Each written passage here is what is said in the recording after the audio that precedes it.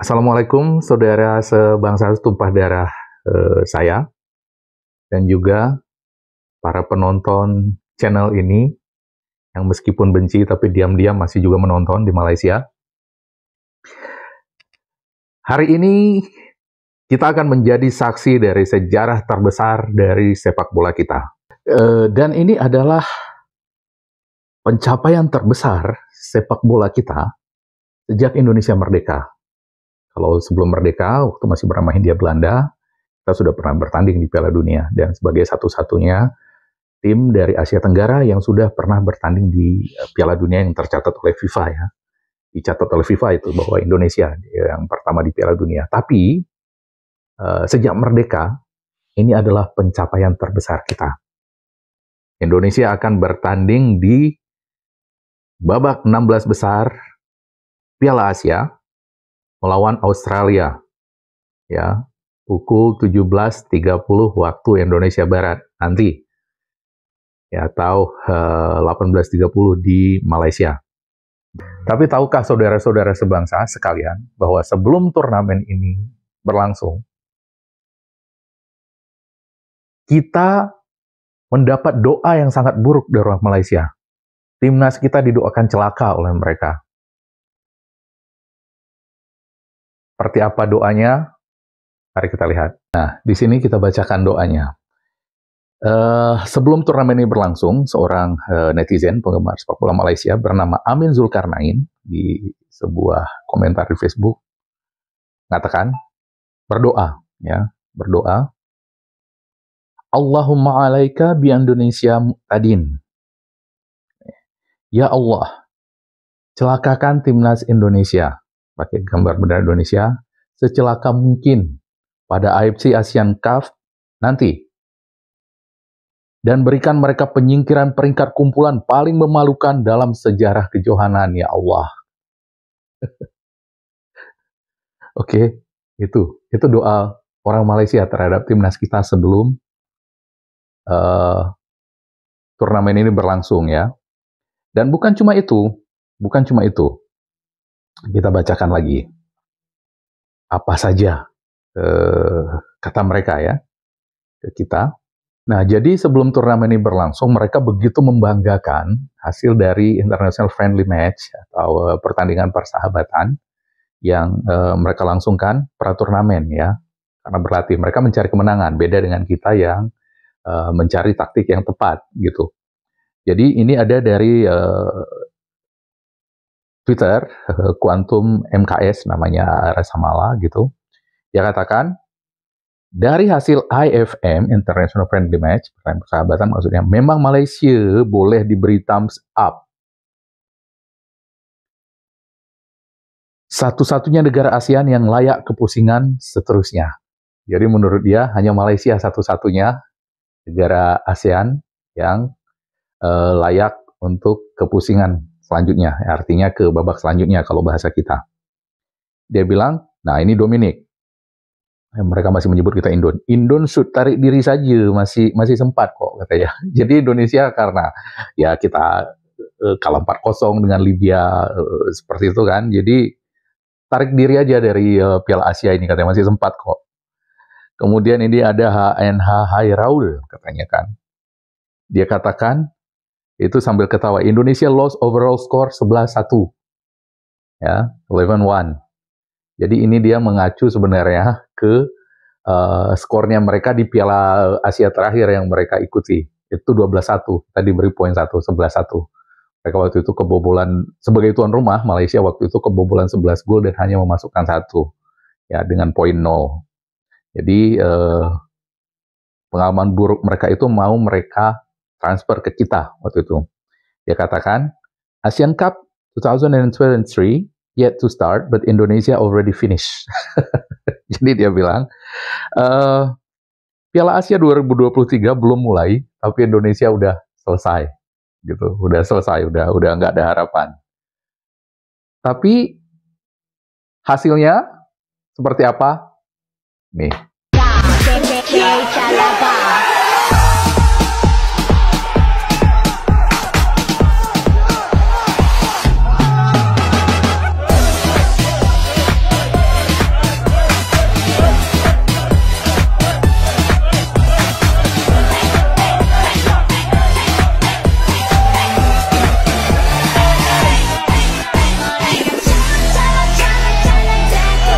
Ya seperti itulah akhirnya hasilnya kita sudah ketahui bersama. Kita menciptakan sejarah tinta emas di sepak bola kita. Kita mencapai babak knockout. Dan itulah, meski orang Malaysia mendoakan kita begitu buruk, tapi Allah sebagai penguasa sekalian alam, sikap sebaliknya, tidak mendengarkan doa dari orang Malaysia tadi. Malah kita yang sudah Bahrain, Jordania main sabun karena Malaysia gagal menahan imbang Bahrain di pertandingan terakhir sehingga mereka tersingkir lebih awal. Kemudian tapi Oman dan Kyrgyzstan di pertandingan terakhir, kedua tim ini sama seperti kita, masih punya peluang lolos untuk ke babak berikutnya. Oman kalau menang selisih 1 gol saja mereka lolos, menyingkirkan kita. Kyrgyzstan kalau bisa menang 2 gol, selisih 2 gol dengan Oman, akan menyingkirkan kita. Mereka berjibaku habis-habisan mempertaruhkan nasibnya. Tapi begitulah, takdir mengatakan lain. Baik Oman maupun Kyrgyzstan tidak bisa meraih kemenangan di pertandingan terakhirnya, sehingga membuka jalan untuk kita lolos ke babak 16 besar. Ya, sejarah pun tercipta. Dan Malaysia sendiri, seperti apa? Mereka termakan oleh doa buruknya sendiri. Karena seperti apa yang dikatakan berulang kali kepada kita, oleh Tengku, oleh Ustadz yang mengajar kita, doa yang buruk itu akan berbalik kepada diri sendiri. Dan itulah yang kita lihat di Malaysia. Mereka hancur-hancuran. Dihajar oleh Jordania 4-0. Melawan Bahrain yang bermain buruk, ada harapan. Tapi di menit-menit akhir, mereka kebobolan sehingga resmi tersingkir. Mereka beruntung, Irak mengalahkan Jepang, sehingga di grup mereka, semua orang berusaha menghindar dari Jepang. Dan akhirnya Bahrain, yang peluangnya paling kecil untuk lolos, dijadikan tumbal untuk menghadapi Jepang. Korea, yang sebelum Piala Dunia diproyeksikan akan bertemu Jepang di final, lebih memilih menjadi peringkat kedua untuk bertemu Arab Saudi, dan masih di jalur yang tepat untuk sampai ke final nanti ketemu Jepang kalau mereka terus lolos. Gitu. Dan itulah yang kita saksikan. Mereka ketika bertanding dengan Malaysia, yang menonton pasti melihat itu seperti singa mempermainkan curut. Mereka perlakukan Malaysia itu seperti singa mempermainkan curut. Ya. Mereka turun dengan bukan skuad terbaik. Wang Wei Chang, striker Wolverhampton Wanderers, striker terbaik, mereka tidak diturunkan dulu di babak-babak awal. Dia benar-benar mempermainkan Malaysia gitu. Mereka babak pertama dengan skor yang begitu dominan, serangan terus-menerus, mereka seperti tidak mau mencetak gol. Ya, mereka ciptakan 1 gol. Babak kedua, ya dibalas oleh Malaysia. Kemudian Malaysia sempat unggul 2-1, ya sempat unggul 2-1. Waktu itu kita lihat pelatihnya tenang saja si Jurgen Klinsmann, kita lihat wajahnya. Kemudian berikutnya Korea bisa membalas dan kemudian unggul 3-2. Kita lihat waktu itu ketika unggul 3-2, Son Heung-min tidak ada kegembiraan ketika merayakan golnya, seperti terpaksa gitu. Dan pelatihnya, Klinsmann, langsung cemberut. Baru dia tersenyum lagi ketika legiun asing Malaysia, Romel Morales, menciptakan gol ketiga. Senyum melebar di wajah Klinsmann dengan gol itu. Ini memang paling janggal di sepak bola di Piala Asia ini. Kok yang malah kebobolan senang. Dan di lain itu Malaysia yang ya mungkin di sana masih banyak juga orang baik, ada ulama-ulama yang baik sehingga doa itu tidak benar-benar menghancurkan mereka. Tapi diberi pelajaran di 2 pertandingan terakhir mereka anjlok posisinya, poin yang dikais dengan susah payah melawan tim-tim seperti Papua Nugini, Kepulauan Solomon itu hangus dalam 2 pertandingan ketika melawan Jordania dan Bahrain.